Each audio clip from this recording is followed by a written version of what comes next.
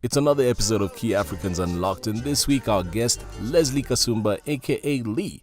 Now, she's been doing some amazing things. Currently, there's a podcast which she's presenting, and you'll hear about that because she speaks about it. But when we did this interview, it was around the time that Libya was on the map for all sorts of reasons. You'll get to hear her talk about it because she was extremely passionate about it. But because Zubs and I have known Lee on a personal level in our own capacities, she put a lot of pressure on us to give her a dope-ass intro. So this is how it went. Before we start, what's the most played song of all time? In the history of songs? Huh? No, it's the most played song right now, probably. Of all time. All time? Happy birthday or something?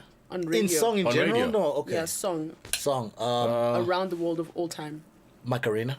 Okay, what's your guess? I will always love you. James Brown, I Feel Good. Okay, it's Hips Don't Lie. No way. Yes. Shakira. Yeah. Shakira Wycliffe. And you is know what? I was incredible. actually speaking to some people that I do stuff with and we were talking about it. Because I saw it in an interview. Like, it came up in 2 different interviews that Wycliffe was interviewed about. Wow. Interviewed this year. Yeah. And it came up again. And if you actually listen to the songs, it's got elements of everything. You can hear why Africans will like it, why Asians will like it, why pop culture, whatever. It's the most played song of all time on radio. That is Crazy, amazing. right? That's so crazy. That's amazing, yeah. Yeah.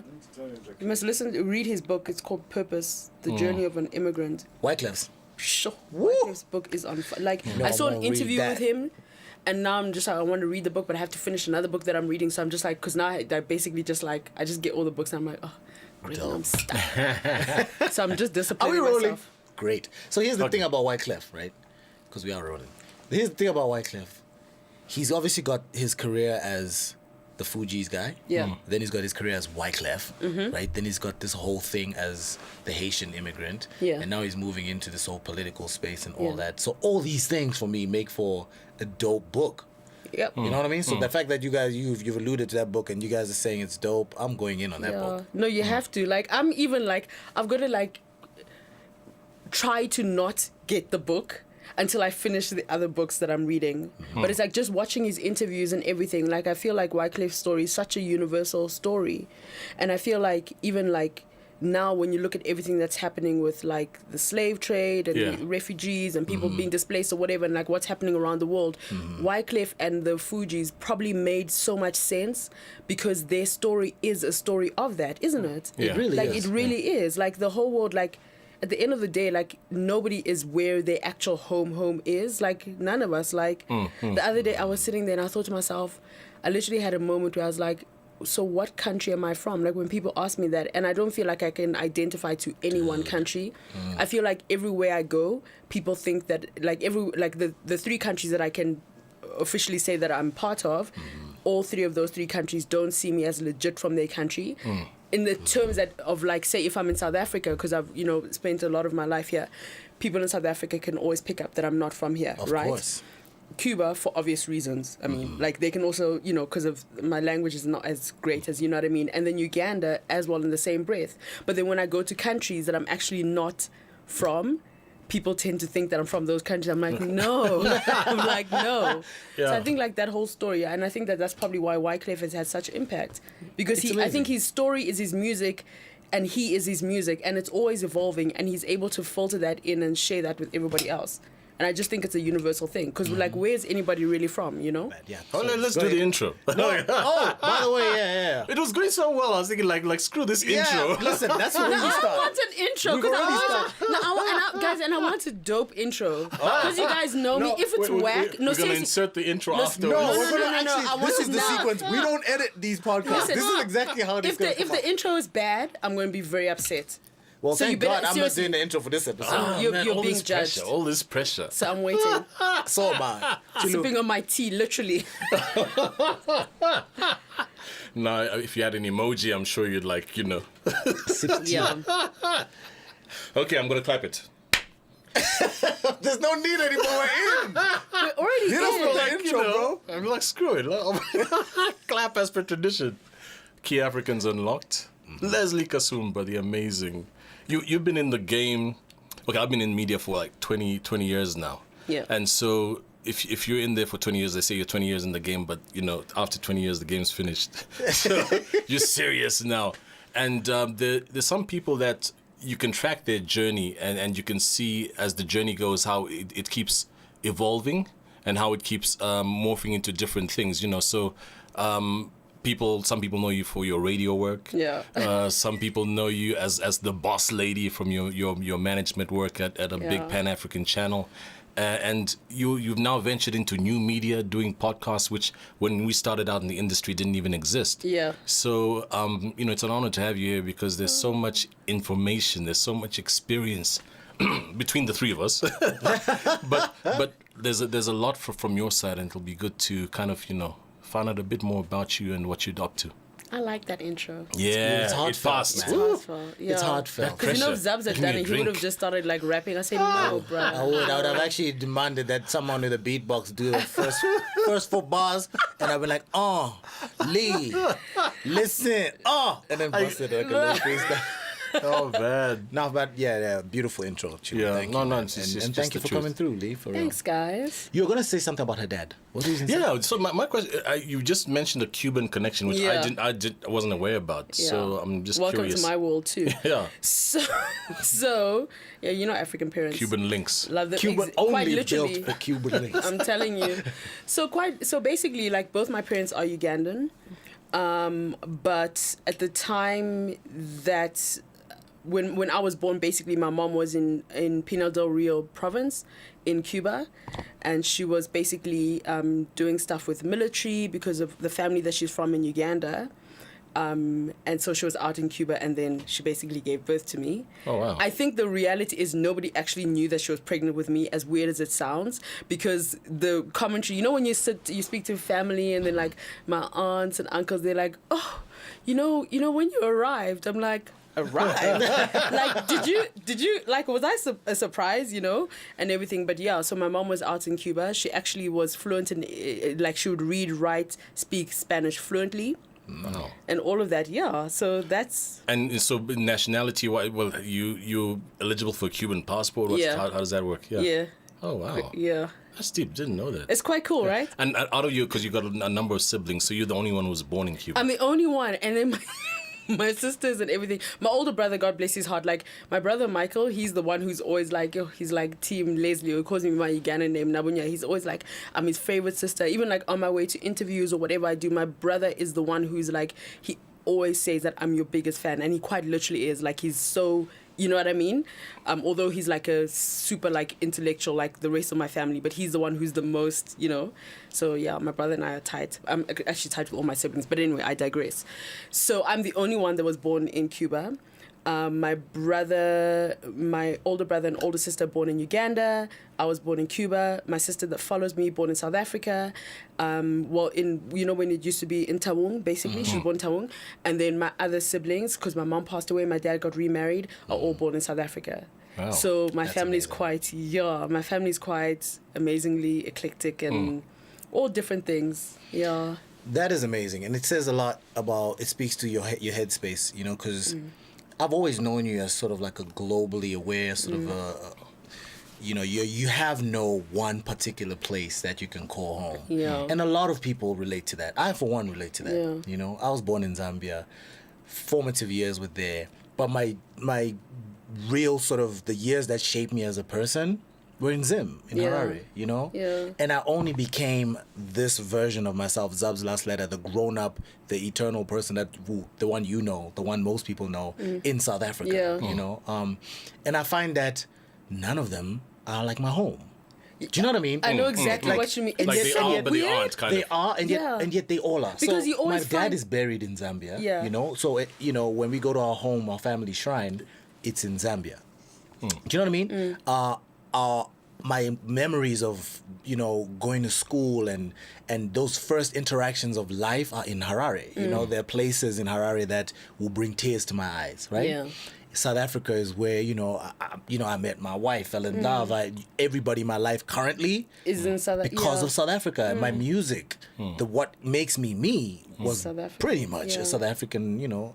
So I think of myself being labeled a foreigner in South Africa, Yeah. and I think of myself feeling out of place in Zambia and out of place And in Zim, Zim, and yeah. I'm just like, this is Where incredible. really? And for me also, it's like, so outside of all that, from my mom's side of the family, like one of my judge, like my grandfather from my mom's side, he was based in Kenya for a while, and obviously with Uganda and Kenya, they're like really close links. So then it's like I have like memories, within Kenya, and then my older sister lived in Zimbabwe for a while in Bulawayo. She went to school there, so I have memories of going there like a lot to see my older sister. She was staying with my she basically was staying with my aunt, you know what I mean, because they wanted her to get like, and Zimbabwe used to have a really great education system. So in my mind, I'm like, I literally being the operative term. Used to being the operative. But shout out to the Mugabe regime. They really educated. No, that's the thing. Like, I think that, like for all that's happened and everything, like when you find, like what I always find with regards to leaders and everything is that every leader who becomes a dictator, I feel like there's circumstances that allow it. Do you know what I mean? There's circumstances that allow it. But I've also found, like, in the case of Fidel Castro and stuff, like when I've been reading up, and then I have some relatives I speak to in Cuba and everything, like when you speak to them and you hear another perspective of how they see Fidel Castro, for example, for them it's like, no, Fidel Castro, like the history of Cuba is basically like Cuba was colonized by the Spanish, you know what I mean? And then it was a black man who actually liberated Cuba from the Spanish people. And then Cuba became this whole ideal of a one Cuba, so literally was like multi-raced. And then when the Americans came in, they started to bring divisions within the Cuban military. So it's like if you were black, if you were this, to kind of separate them. Do you know what I mean? And then because of that, then they also started to do this so that if you were a black Cuban, you were not getting educated and everything, and especially if you're in the rural areas. So the whole complexity with regards to that whole story in Cuba is that Fidel Castro, he was bad, but the thing that he did was a lot of the, some people feel like the people who left Cuba, like obviously it's a gross generalization because I'm not saying that he was a great person or whatever, but I'm just saying that there's always complexities with everything. Some people feel that no, when the Americans fled and left the island of Cuba, they left with a lot of money, and they left with shiploads of money. Like, that's the story. And the only reason why Fidel Castro, even when he passed away, you could see people line up in the streets, was because he kind of was like, he acted this figure of being the father who took care of everyone. And one of the first things he did when he came into power was all the black people that were not educated, by the time when a child got to the age of 11, with the permission of the parents, they basically had to go out to the rural areas and make sure everybody could become literate. Wow. Do you understand? Like, he made sure everybody had free healthcare, all of that stuff. He did a lot of other things that were not good, and I'm not saying that, but I'm saying for everything, just with regards to Mugabe, also a horrible, like his regime, like I don't even want to imagine what people dealt with. Also some Cubans that, I've heard stories of how they had to flee with their families and everything. It's all horrific. But we need to know that every single time that there's somebody who can come into power who's like that, there are always circumstances that allow it. Because there are people who are forever going to say, like, with Mugabe, he educated people. Like, the education was amazing. And when he first started out, he was great, But that's the story of, like, the world. It's like, I don't think anything's ever, like, black or white. I feel like there's so many complexities at any given time. But anyway. That's deep. Now, some of this stuff, I'm sure, is what you enjoy unpacking with your own podcast, and we're going to get to that. We were talking earlier about how you've got a passion for Africa. That's unquestionable. And you've done a lot of traveling across the continent, which I think a lot of people should do more of. I mean, I've been to not as many countries probably as you. In fact, I remember those once when we were trying to do a pilot episode for some show, and you were on the phone on a Skype call with somebody in Kenya, I think. Yeah. And I think at the beginning or in the conversation, you said sawa. And I was like, oh, that's a new term. So when I went to Kenya, like sawa, yeah. But like from your travels, what do you find? Some of the things that are like threads that are common, I suppose, between the various countries, or what are some of your thoughts from your various travels across the continent? I mean, I think that when I travel within the continent versus when I travel, I do big and then in, versus when I travel outside of the continent, I do feel that within the continent, the thing that I remember the most is the spirit of the people, more than anything else. But when I travel around the world to different countries, I remember the stuff. Does that Oh, make yeah, the sense? things, And then I may yeah. have met like one or two cool people, but then I remember the stuff about it, or it was a cool this, it was a cool that. But when I go to different countries within the continent, the one thing that I always remember is the spirit of the people. It's like it's its own marketing thing, and that's the one thing. So regardless of Yeah. what it is, and that's why for me, like when I go to, you know, like I mean, I think like when you go to Lagos, like for the first time, it can be quite daunting and everything. And people are like, oh, well, how can you just like, you know, vibe here and everything? And like I see all the problems. I see, you know what I mean? I see all of that stuff. But then also like the people are amongst the most amazing people. You know what I mean? The most amazing, resilient. We're going to do it again. Yeah. We're not going to sleep until it's done. Like we've done stuff in Lagos where we've been building a set, and say if you try building in South Africa, they'll say, oh, it's going to take 2 weeks. In Lagos, they'll say, I need it in 24 hours. It'll be done in 12 hours. Somehow they make it. So that's the spirit of the people of Nigeria. You know what I mean? Okay. So I just pick up on the spirit of people, like, and it's everywhere, like around the continent. The thing that threads people together is you know, because it's not even like a language thing, because like when I'm in Angola it's different, you know what I mean? But it literally is the spirit of the people. Like I feel like African people can be going through so much like hardship, and they could be dealing with like a leader that's ridiculous. They could have not access to certain things or whatever the case may be. But when you sit down with an African person, everything, the immediate things that they want to make you feel comfortable, you feel warm, and the people have this beautiful spirit that's resilient, which I think is a good thing. But I think it's possibly also the reason why we've been able to have the amount of like horrendous leadership that we have in the continent, because African people will not, you know, like in general, especially if you've been through a war, if you've been through something, you don't even want to see it again. So it's easier to just like look down and keep on moving. Do you know what I mean? And what can you say? I mean, nobody wants their life to be a political story. Nobody actually wants to do that. You don't want to politicize your children. You don't want to politicize your you know, you don't want to politicize like just your safety. And I think that that's what it is. So what I love about Africa is the people, the spirit of the people. It's a, like in general, it's a loving spirit, like in general. Like you go to any country and it's like, wow, it's amazing, right? But I think that spirit of lovingness and warmingness and warmness, and we'll maintain, we'll survive this, we'll get through this also, is the reason why leaders are able to just walk all over people. I agree. That's actually the reason why. Yep. You know? I remember, like, with Zim, I remember people saying, yeah, but why don't you guys do something about your leader? Why don't you guys it's just, like, not- take to the yeah. streets? Why don't you get riled up, you know? And I was like, you guys don't understand, It's hey. not the- Our yeah. folks don't play that. We don't roll like that. We don't see each other as others. Do you know what I mean? Like, mothers are mothers as mother. Like, they don't have to be your mother, but they are a Yeah. mother. Therefore, they are everybody's mother. When you're in a taxi, for example, with a bunch of strangers, like there's 12 of you in this thing, you are all in one taxi. And that's a Exactly. metaphor for kind of how we are in this country. Like, I remember in Zim, there was Ndebeles and there was Shonas, but ultimately, we were all Zimbabweans. Yeah. You know what I mean? Even Yeah. with black, white, Indian, Yeah. Chinese, there was a time when that was just so irrelevant. It was Like, nobody really cares. No one Yeah. cares. It literally Even like with, it like had between to, colored yeah, folk. Exactly. It's like, who cares that you're And- colored? It doesn't make a difference. Yeah. Are you Zimbabwean? Yes. Who That's- cares? Even if you weren't a Zimbabwean, it was like, yo, what's the Yeah. deal? What kind of? It was about the content of your character. So when Lee talks about it's the spirit of the people, I totally get that. Yeah. You know. Yeah, no. Yeah, you're gonna add something. No. He. While you were talking about this, I mean, it reminds me. I'm now. I almost called it a flashback, but I was told flashback is like a dark memory. Well, I suppose it is. Back when the Zambian national team perished in that plane crash, 1994. So I went to. They had like a mass funeral at the stadium where they laid the coffins and stuff, and different companies made available their company buses to ferry people from the town center to the stadium, which is, I suppose, maybe 10 Ks or some 10 kilometers distance.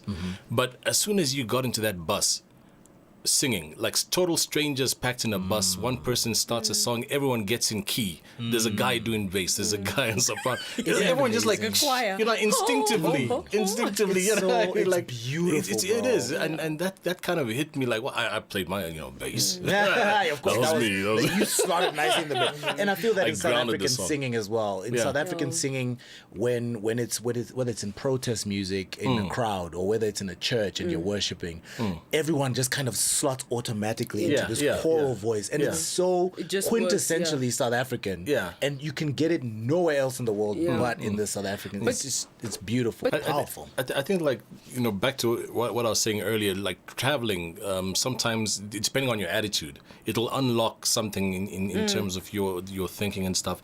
And I've been, privileged, or, I've been in a situation where, like, we used to do a radio summit in Zambia, and it would be South African guys coming to Zambia, and it's almost like by the time you leave, the vibes changed in terms of perceptions and in terms of that kind of thing, and you wish you could Share kind with of everyone. yeah, put it in the curriculum. Yeah, I feel like traveling should be compulsory. Yeah, It must be because then compulsory. it changes. Like Yeah. in any situation, it's kind of This Lee is exciting to me. This is the version of Leslie that gets my blood boiling and I get like goosebumps, And I've noticed that this is the Lee that I'm hearing on your podcast. The Yeah. Africa State of Mind is beautiful. Thank you. What a dope initiative. Thank you. That is, how did that come about? That thing is so dope. Last time you guys were like talking to Russell Simmons, man. Yeah, no, it was. But let's start from the beginning before Yeah. we get to Russell. Okay, so basically, with the way it all happened is that I started doing a bit of correspondence and stuff for 702. So I did the Africa Business Report, which is the first Africa correspondence I did, which was so funny. Okay. And the producer of that show, The Money Show, is actually my producer for Africa State of Mind. Oh, okay. He's actually Oh, wow. going to laugh at this because literally when they said, oh, do you want to, he's the first one who sent a mail after like management, they said this person's available. And then he sent a mail saying, will you do Africa Business Report? I was like, business? I'm like, please. I was like, no, I don't know. I know nothing. Like, About business? It's horrible. Yeah, it's bad. I know nothing. So literally, I'm just like, I just don't respond immediately. I asked one of my friends, so she goes, no, just take it, be up for the challenge, because it was a week from now. And I said, no problem, I'm going to do what I did. I did research, I did the business report. I'm like, I did not even tell my family, because I don't tell them. Yeah, because, yeah. Your family knows you. I said, Yeah. oh, no, please. Yeah. I mean, like, my sister's like, I remember when I did the Friday stand-in the one time, my sister Phyllis, I never actually told her, we were in the car together. Yeah. And I said, oh, would you think if I did something in 702? So she goes, Leslie, you don't know anything about politics. Nothing. 702 listeners are so smart. You will never. She went on and on, and I'm going on in 2 weeks. She says, you need 6 months of this. I said, yeah. Wow. I'm like, that's lovely. Me and Phyllis are like tight. Yeah. They're like, we're really, really close. So I'm just like, so she heard the ad on radio because someone said, she goes, what? And even when I did it, my dad was like, he never even listened. He told my sister, he calls Phyllis Naga. He goes, and then he said, he calls me Nabunya. We thank God. Naga, he said that you did well. I said, thank you. I love you too. And that's the height of compliment right there. Yeah, I'm like, But anyway, so And then... it's true. On 702, that platform stakes are high. Yeah, it's Yeah. listen. You can't half step there. You gotta can't bring half your step. game. It's A game. You can't half step. It's like rebuilding yourself from the beginning, literally. And there's nothing like about joking about it. No. Do you know what I mean? This is At not all. for play. No. This is not just random. No, it's not. And I've had moments where I'm just like, what am I doing? Like, I literally spend if I have to do, when I did the correspondence reports, for 10 minutes worth of it, or 8 minutes. The research was on the prep 4 was- hours. Yeah, there we go. More even. Yeah. I was For like, a no. 10-minute insert. Yeah. Because I'm like, I'm not about to mess around. And then the one time I had to sit in on Bra X's show for Crystal Alderson, and I think they told me the day before, I was do the Africa report, I yeah. was like, no. I was like, I get the mail from Clive. I'm like, shut up. So I'm sitting there and I'm like, this is not even. And I'm like, I'm definitely not telling my family. Definitely not. And Africa reports are 3 stories also.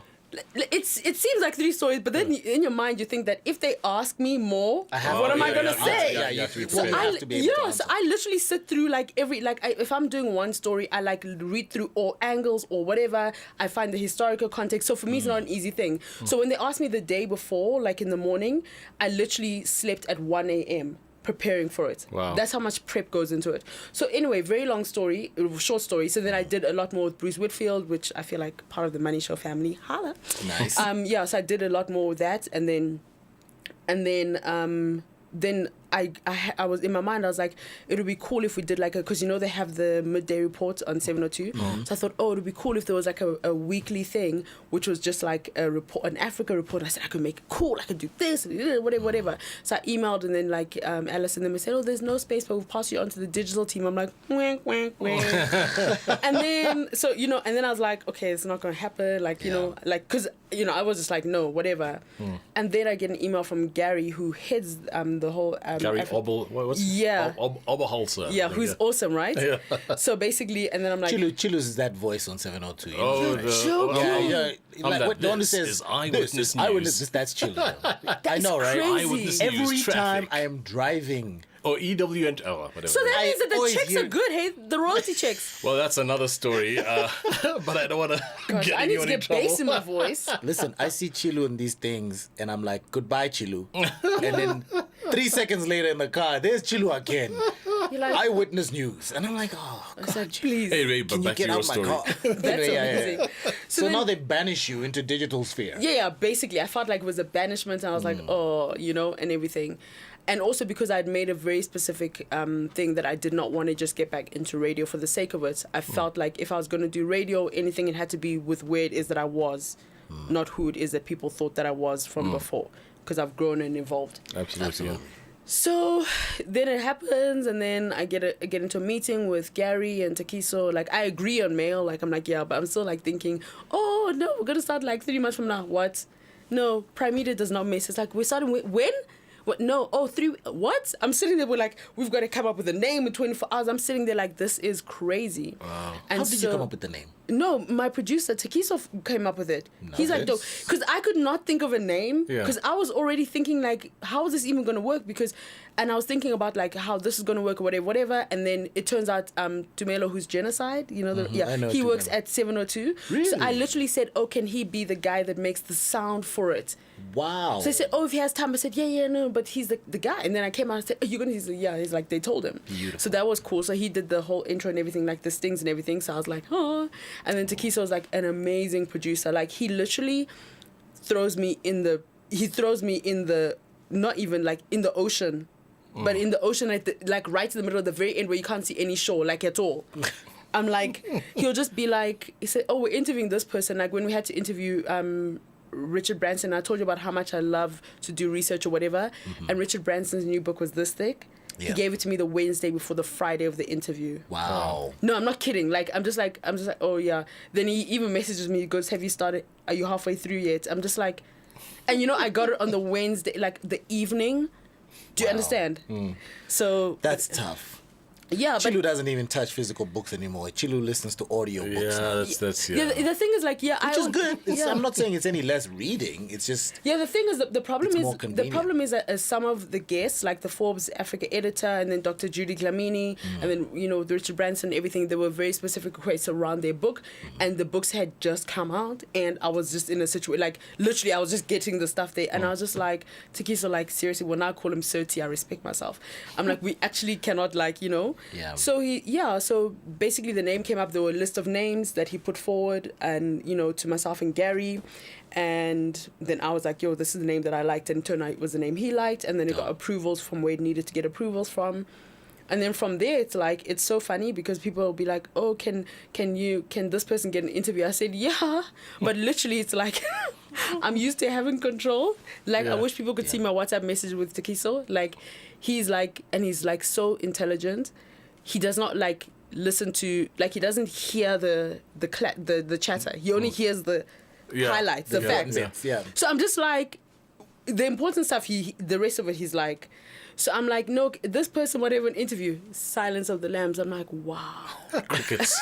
Crickets. And I'm like, yeah, I think it would be a great, he's like, silence. I'm like, wow. Like, I even respect myself. Like, now I'm just like, no, whatever you want. You know what I mean? But I think what's good in that is that if I had gone in being in control in terms of content, I would have ended up doing the same things that I was used to doing. Yeah. That's And, magical. and this has now made me like, because it's made me like become better. It's opened my eyes more, and it's given me also courage to actually do interviews and talk to people and talk about things that I'm actually passionate about, because I'm always nervous about speaking about anything to do with like leadership, but this is throwing me in there. It's like, well, if you don't say it, like, what's going to happen, you know? So, yeah. It's similar. Sorry, man. Go ahead. Yeah, I was just saying, like, some people, you know, ask me about the voice industry, and sometimes it's almost like a university, because each job you go to is like text. You know, so and also one day you're reading something to do with Anglo Gold, Ashanti, or whatever, or Kumba Iron, or the next day it's a multi-choice thing, and you're finding out more about, you know, worlds that you wouldn't necessarily find out about. You know, so I guess similarly you're kind of entering different arenas and feeding your mind as this thing goes, which is all about growth. And just that's I deep, know. yeah. And you know what's so weird? This is like a sidebar, but it's so weird. But it's the truth. So I used to really enjoy the Kardashians. Like, this is a real story.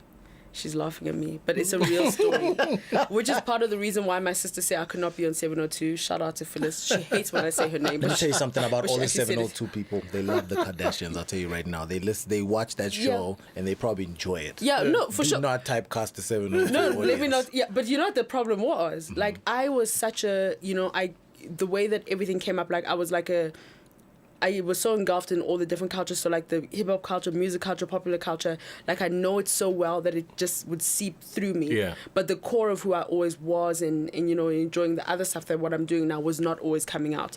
So, basically, like, now since I've started the podcast, I don't even have, like, I'm just like, I don't actually, like, know when the last time is I watched an episode of the Kardashians, and before I used to miss it, you know? Like, I have to, like, fight for time to watch Wendy Williams because I'm cheesy like that. So I'm like, I'm trying to watch Hot Topics. No. Did you watch the never episode watch it? where she... Oh, no, she Where didn't she- go yeah, there. no, I wasn't even trying to see the stuff on the viral, like, Yeah, socials. yeah. Because I'm just like, guys, this woman This is obviously not had, like, cool, a very yeah. real health Yeah, moment. Yeah. And we're out here just kind of making Yeah, a that's meme. that's out of it. But that's the world we live in, but man. that's That's the like, danger you know- of popular culture. Like, nobody cares. No one cares. No The one other thing cares. is, like, Everybody's a people used to cyberbully. care. But And I'm like, and you guys, the funny thing is, like, you know, are that you not? whole... Are you not? No, but like, listen, Shilu. Yeah. Are you not inside of yourself? Feeling even Feeling with me. weird and actually No, disturbed that you're happy and joking around to Yeah. see a No, woman you see, the thing- catching. It could have been a stroke or a heart attack. I agree with you, but I think what And it happens probably was. is that incidents like that in that industry, it's like no publicity is bad publicity. So all of a sudden, it brought Wendy back into the spotlight for something, and, Yeah, but and in- had more eyes on her going forward. You know, I think it's like, I think she's in a weird position because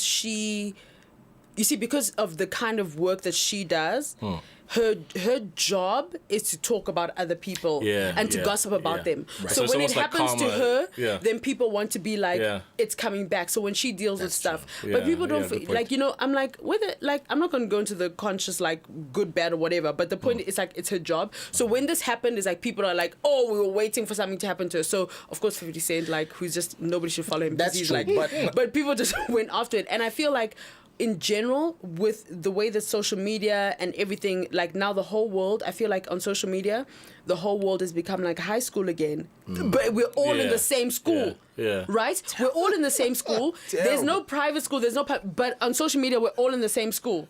You know, everybody's No, got I access. think there are two schools. There's Black Twitter for the Black school. But but it's I think still, that's but it's completely still, right. yeah, but Yeah, we're still you're right. all in exactly the same. You know what I mean? Yeah, when the same. So you can decide state of which mind, yeah. group you want to sit with at lunchtime. Yeah. But we're all there. We're all so in if the you want to same sit school. with Black Twitter, like, you can decide, like, Yeah. but at the end of the day, we're all there, like, all in the same school. There's no awesome. private That- school. yeah. That's a There's no beautiful public way to say it. school. That's a deep And what analogy. happens in school? Everybody's like trying to be the cool kid. Everyone's Yeah. trying to, like, have a comment. Everybody in class is trying to chirp. You know, the teacher. Everyone wants to have the last comment or whatever. Everybody's like, High school. yeah, all and over then you again. have the other person who's like, oh, save the world, like, you know, the good There's kid. always Like, that one. then there's always that one, you know. Then there's one who sits in both worlds. So literally, like, I think social media is like being in school, but the only difference is that it doesn't matter how much money you have, you know. It levels out once Listen, you get on there. you're all in the same thing Have you together. noticed how you're right, and it also doesn't matter what kind of clout and At stuff all, you have in no. the real world. Yeah. So you could be like a proper Kim Kardashian type celebrity in the real world, but it doesn't mean that your next tweet will change the world. Yeah. Yeah. And then you could be an absolute random from the middle of Exactly. nowhere, Yeah. and your next tweet could literally change the world. You know. But what I was saying earlier about the disturbing element of seeing a Wendy Williams catching a fit, and people just making that a viral Yeah, that was moment not to funny, me, yeah. is that us as human beings You remember our Unless nature? you- Our nature is scary, yo. Because we come from a place where we built coliseums and watch Christians getting chowed by lions for entertainment and for sport. You know, we're at that point now. It's dialed up digitally, where people can watch something as disturbing as Wendy Williams catching a health moment where she could have straight died in front of people, and we're laughing and cracking memes and throwing jokes. But it's the bitter with the sweet that comes with modern technology, and we embrace it and we love it. No? Sometimes it feels it's more bitter than sweet. Yeah. Yeah. I mean, look, let's go back to the podcast. Speaking about this new media situation that we're in now, the podcast has now got an audience that is much bigger and much Yeah. broader than 702 as a channel. Potentially, this new media space, Lee, that you're being a part of, that we're trying to jump into as well, is quite easily going to be at the forefront of the next African revolution. Yeah. The regeneration and redefinition of Africa Yeah. on a global scale. How exciting is Broadband that? dependent. Yeah, it's exciting. I mean, it's like the other day, I actually had a moment where I thought about this because my producer, he's very, like, he always is sharing information and stuff. So he'd be like, listen to this podcast, and whatever. So when you said what you said about me, I told him.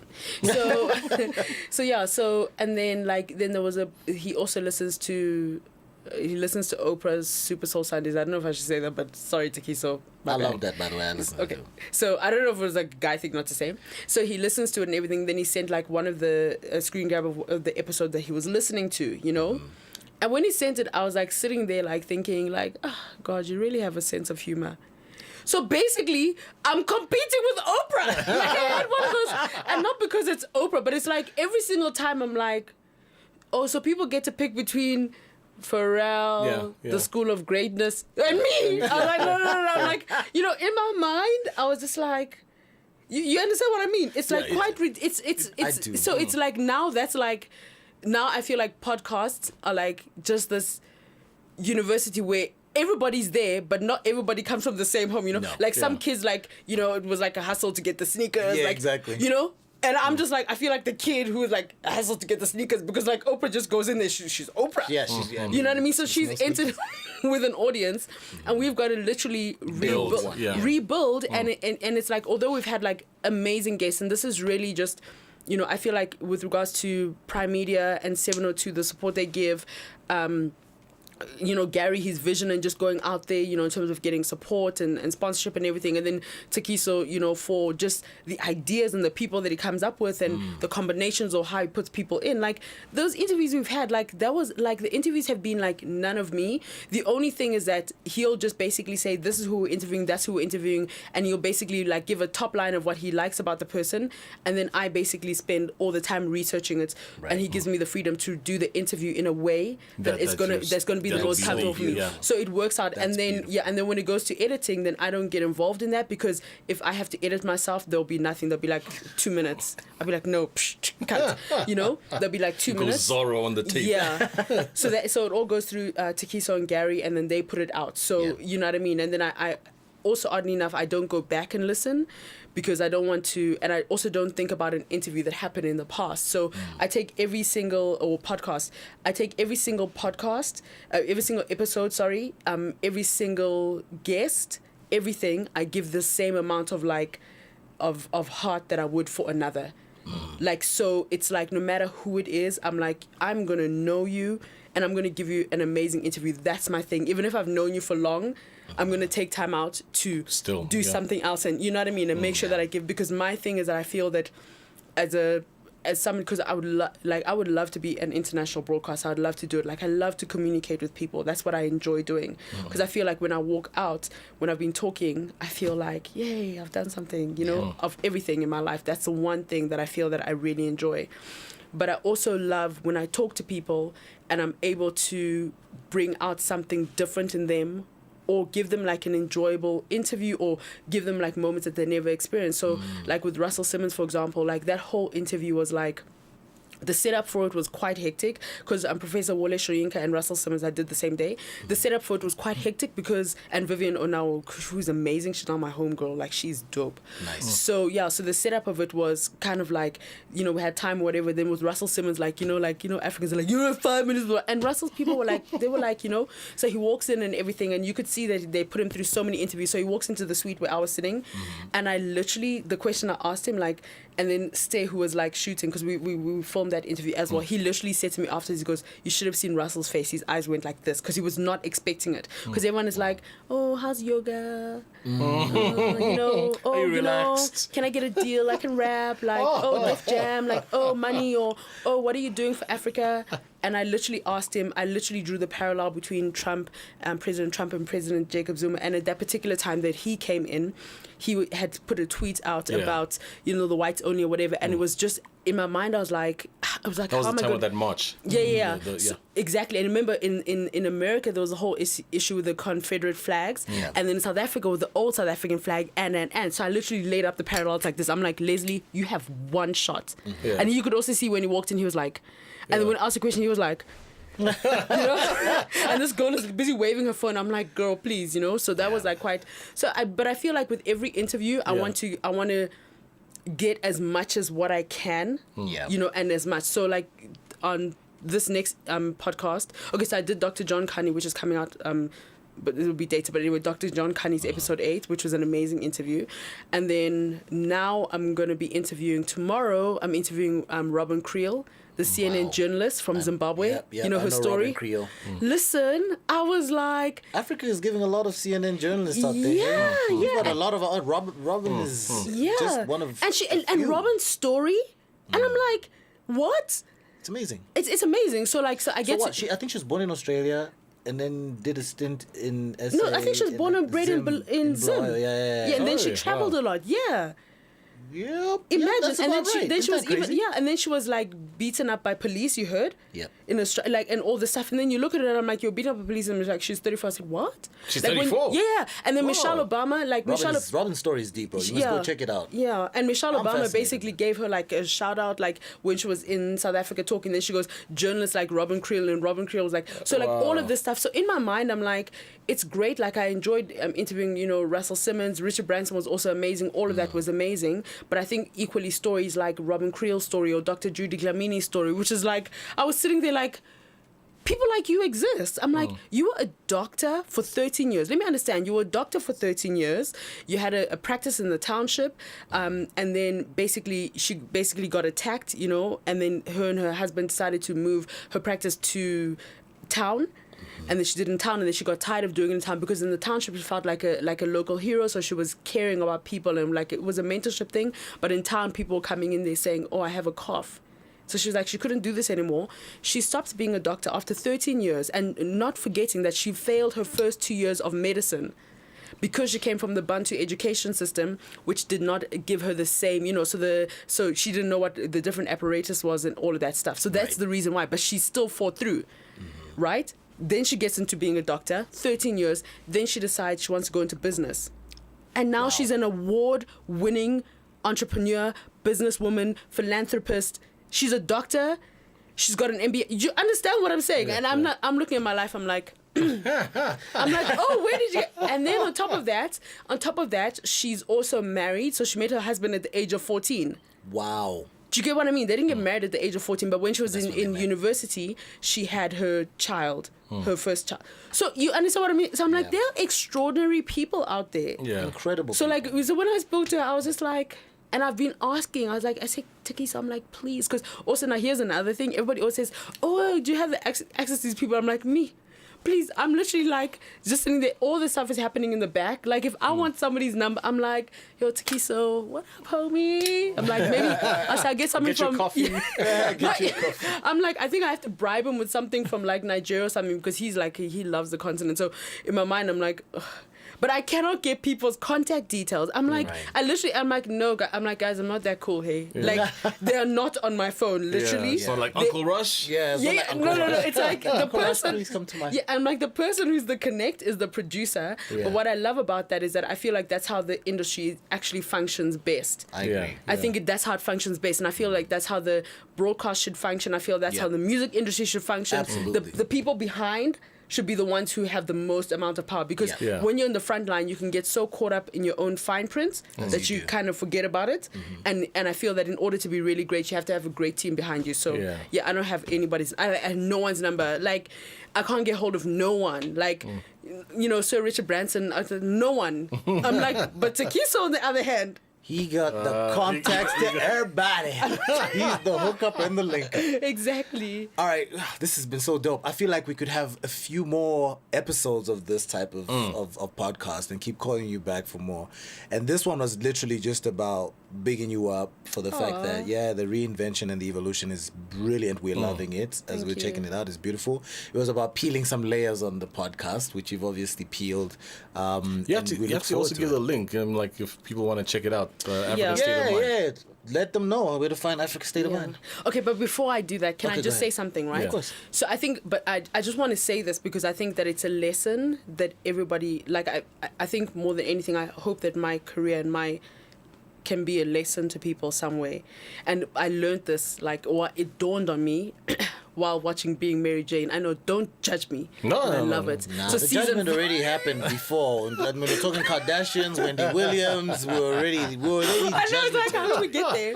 We already know? in judgment territory. Now being Mary Jane, this is Yeah, all yeah. part. Okay, no. So- so- So was it the post-it notes in Being Mary Jane? You can tell who else is watching. So we're on the same WhatsApp group. Holla. We are.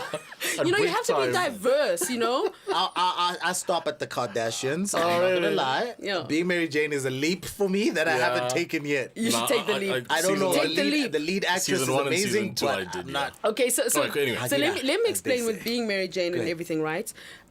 So basically, the story of Being Mary Jane is about a news anchor who was basically at the top of everything when she was in Atlanta. Yeah. She had like some fancy car. I'm really bad with cars, like a Taser or something. Is that what it is? Yeah, Taser, My also si- a bad, taser is a No, weapon.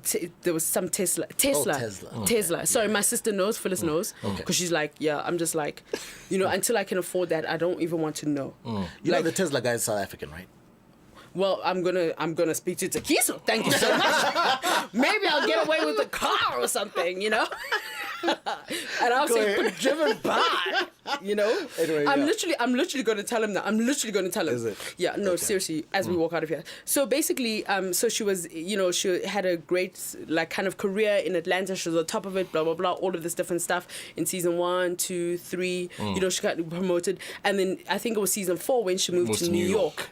And she moves to New York, right? And literally, it's like in Atlanta, she had this house that was ridiculous, car, like her life was banging. But in New York, and obviously because it's more expensive, and all of this different stuff, she basically got offered to work on, I think they use it as Good Morning America, if I'm not mistaken, in New York. And then she thought that she came from this big thing in Atlanta that she was going to end up doing the morning anchor slot with one of the ladies that she really, admired and everything. And she got there and they did not put her on for a while. She literally was almost benched. Wow. And although she was really good and they got her because she was good, she basically had to redo her career online. She had to do the web hosting.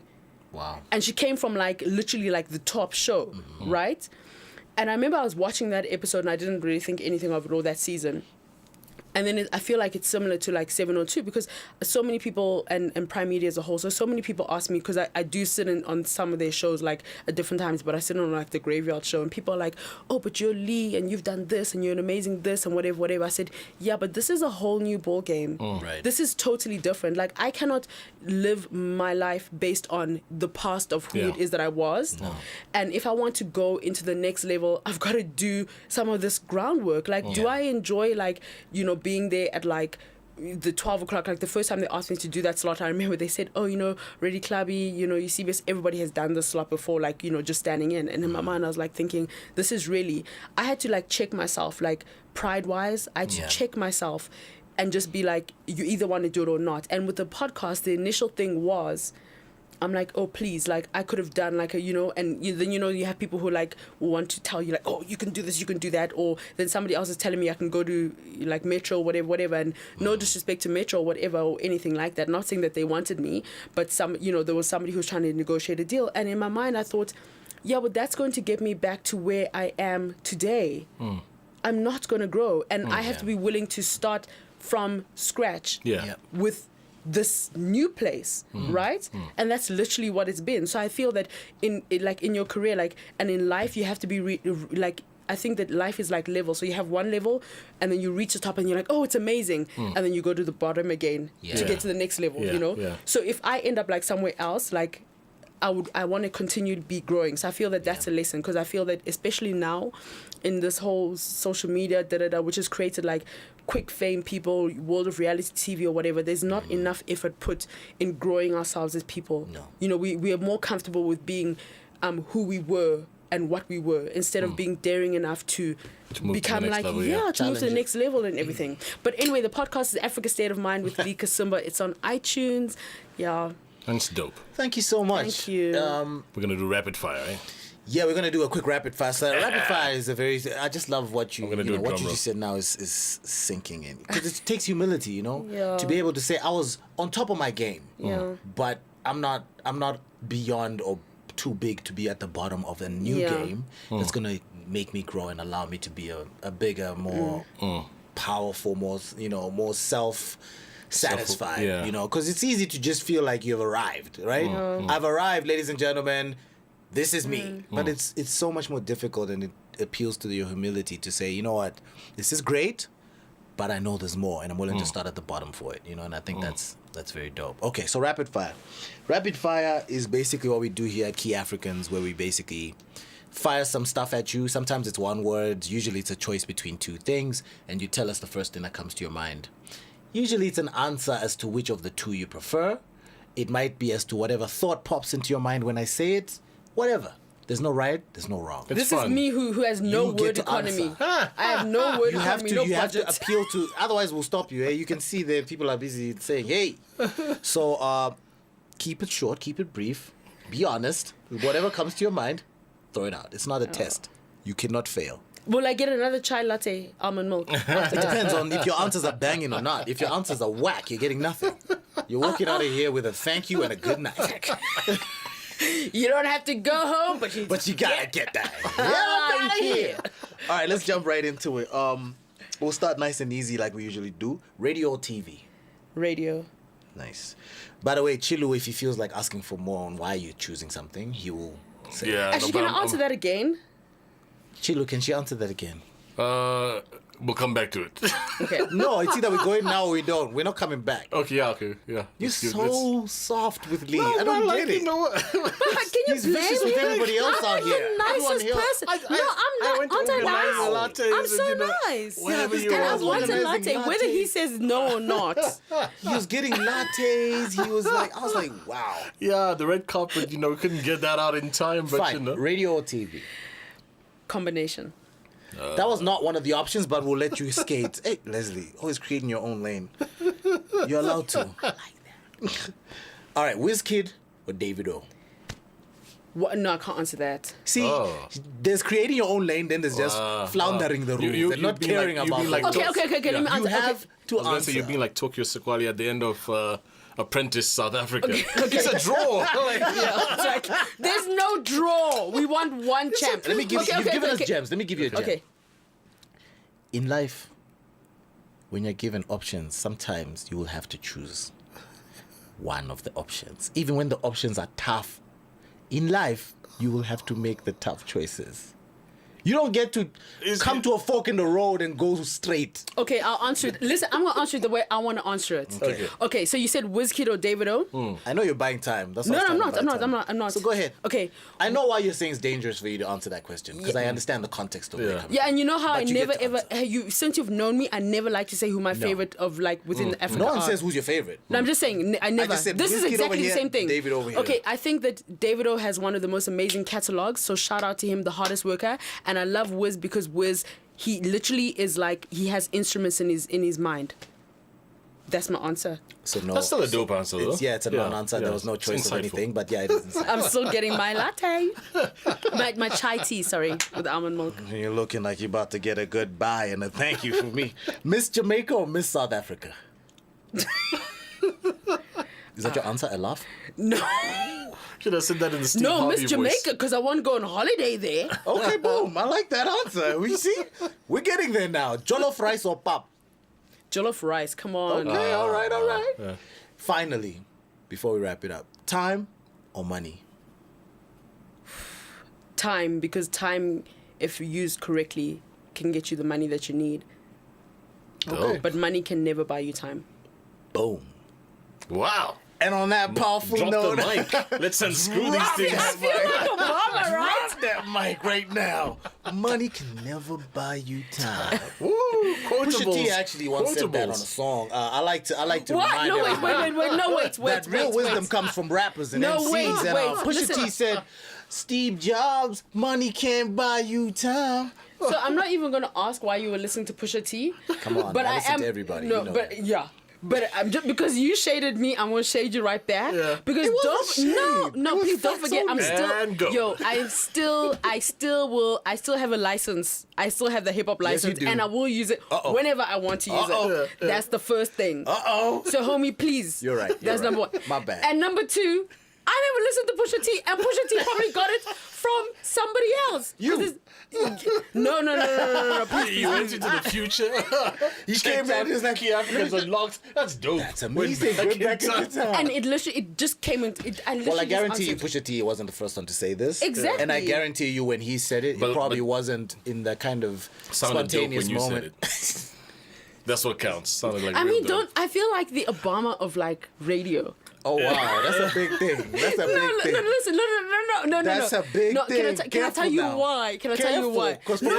Yes, you can. Barack, for me, is probably the best example of what a president should be like. Period. Yeah, period. And I'm not saying he was the best ever No, president. I'm saying example. the Of best course, example. of course. But you know why? Because in my head, like I have this thing where I'm on a campaign to interview Barack Obama, and I actually even know exactly like what I want to say. Like I'm on it, like literally every single time we do interviews, like like in the States they do this thing like on the Breakfast Club where they're like when they have Angela Rye there and they go, how much closer are we to impeachment? With every interview on the podcast, like me and Takisa always like, that's 1 degree of separation from Barack Obama. So Richard Branson and then Vivian O'Neill, who basically did UN stuff. She's like 26, did stuff with Obama, whatever. So literally with everyone. Then Debola Williams, we just interviewed him, and then he went to go speak at the Obama Foundation thing. I'm like, that's 1 degree of separation from Obama. So literally, like I'm like that. And the only reason why I said it is because I'm talking too much. It's like there's this guy, the billionaire PA, and he basically he was an ex-convict. He was, felon twice, all of this stuff. Lived in his car, blah, blah, all this different stuff. Hectic, nobody would hire him. And he says you need to speak your dreams out. And I've always been afraid of speaking what it is that I want, because I'm just like, if it doesn't happen, but I'm like, if it doesn't happen, it doesn't happen. But at least if I say it, I have the courage to say that that's what I want to do. Yeah. So I don't that takes really guts. think I'm the Obama of radio. I think that that's a huge thing. But I do feel that when I get to the point where I can interview Barack Obama, I hope that my interviewing skills are so amazing that I can give him like an interview that he's never experienced. Because you know why? Somebody like Obama has been interviewed 100,000 times. In my mind, I want to have a dinner with Barack Obama and Michelle Obama, maybe his daughters, like their daughters, if they feel cool, like if they're not, hanging out, because now they're not at the age where it can be like, come to dinner. They're like, nah, bro. Like, nah, but I want, But, Today, dinner today. yeah, but they're like, we're out the White House, But yeah, so I really would love to have like a meal with them and just talk to them. So that's why I said it. I just said it because I'm going to keep saying it until it happens. And when it does happen, Like send out the positive vibes. yeah, because no, it's there'll possible. Be, I mean, an that, East African kindred thing going Exactly, on and there. also if You you guys think of- will reunite as East African family, no? and also like you can imagine say Sawau. exactly Sawa. sour. Sour. And wow. yeah, please, please, don't expose yourself. I mean, because if you even look, like when I think, I'm like, Trevor, yo, like, there's so many degrees of separation that it's We just didn't even one. get to talk about Trevor and David Kibuka out there. My because cousin is your David. cousin is Yeah, David. exactly, Yeah, yeah. I didn't know that. Yeah. She But was it- like, yo, yeah. David Yeah. Kibuka It's is so Lee's funny. cousin. I was like, you kidding? We didn't even get to go in on And that. you know what's so funny? Like every single time people always say David whatever because we grew up calling him like obviously we could just call him Dowdy, which is Yeah. David in Luganda and in Swahili. So it was always like Dowdy, and then him and I are the same age, but he was always closer to my older sister. So like Dowdy always bullied me. Like when I say always, I mean like yo man, like always. I remember That guy doesn't look like he could. No, bully no, no, no, no, anyone. you- I no, saw let- him once on a cooking show on like the BBC. No, listen. And I was like, this guy could bully anybody. He mentally bullies because like Dowdy is so smart. It's literally like he genius. is. So even when we message, like, because I was with Leia, like his younger sister, like this weekend past actually, and we made a joke like if you make one comment to Dowdy, he gives you like some like thing. I'm like, yo, like it was not that deep, but if you say so, So yeah, so literally like him and I like have this weird relationship, and even when I started driving and stuff, and like our parents were always like hanging about whatever, and then like the one time my dad had like this amazing BMW which I wanted to drive, and then my dad said to me, no, you can't drive it, and then next thing he gave the keys to Dowdy. I'm like, are you kidding me? And then I turned around and I'm like, because in my head I'm my dad's favorite. I'm like, what do you mean Dowdy's driving and I'm not? We literally are the same age. He's 2 weeks older than me. Wow. Literally, right? He's just 2 weeks older than me. Him and another one of my cousins share a birthday. I'm like, and literally like Dowdy would always be like, he goes, "Ugh, just don't worry. It's like, it is what it is. Like literally that sort of thing. Wow. I would have to fall asleep earlier. Dowdy and Yvonne could. And I'm like, no, you're not. Like, but literally like, so now the whole thing has been like, he's my older cousin. I'm like, no. And then the more I argue, the more I just look like, oh, don't worry. Sorry, sit down. shame. Yeah, but with Dowdy and with Trevor, I'm really, really proud of where Trevor is. Yeah. And I feel like I don't want to be one of those people who's like, oh, I've known you all of this time, because I feel people evolve, and I know that I get like crazy irritated when people are like, yeah, but I know you, but like, yeah, I've changed, Yeah, so maybe you you're not don't who actually you know. were. But what I do think that I love about Trevor is that he always was certain about what he wanted to do. And I often tell this funny story. Like, there was a time when I started working with the Mnet Group, people were trying to get hold of Trevor to do comedy in Nigeria. And then, like, I remember I was like, oh, gosh, I said, hey, Trevor, whatever. And I said to him, they go, yeah, so people want you to go. Then he's like, he goes, nah. He says, tell them I'm like 45,000 Rand for like 10 minutes. I said, what? Then he goes, yeah, and this. He goes, and my set is an hour. I'm like, Trevor, that means you don't want to do it. He goes, he had a focus from then. I mean, from when he left YFM, I remember when he told me that he was, that's when Blues Room had like 20 people. So he left Y, and he said to me, and I just heard that he was getting a primetime slot. I was like, what? Yeah. And then now, when people were trying to get him, and everyone is like on the whole like bandwagon and stuff, he's like, no, he's like 45,000 Rand for 10 minutes. And I'm like, and then he literally is like, if they give it to you, then you can. If they give it to him, they Then commission. come in, yeah. I'm just like, and literally I was going back to MD people say like my MD in Nigeria said no, 45,000 Rand for 10 minutes. But I think like what he did was he positioned himself as being a comedian, a global comedian. He didn't Yeah, position himself yeah, as being yeah. an African comedian. And I Right. think that that's a danger with popular culture, musicians and everything in general. I think when you go out there and you're like, I'm from Africa and I act. No, I'm from Africa and I'm a comedian. No one cares, bruh. Like, no one cares. Like, go in and be be like, you. I'm a Just go there comedian, and I'm be an actor, I'm world whatever, class. I'm dope. Yeah, I'm world class, exactly. Yeah. So And that's... by the way, I'm from Africa. And by the way, Yeah, it should be yeah. a side story, right? Yeah. So I feel like that's what it is with Trevor, that people can learn and everything. And also when I'm speaking to Dowdy, because obviously I speak to my cousin like a lot and stuff. The one time he always drops all these gems like randomly, and of course at like 2 a.m. because he's in New York or whatever, and he knows I don't sleep.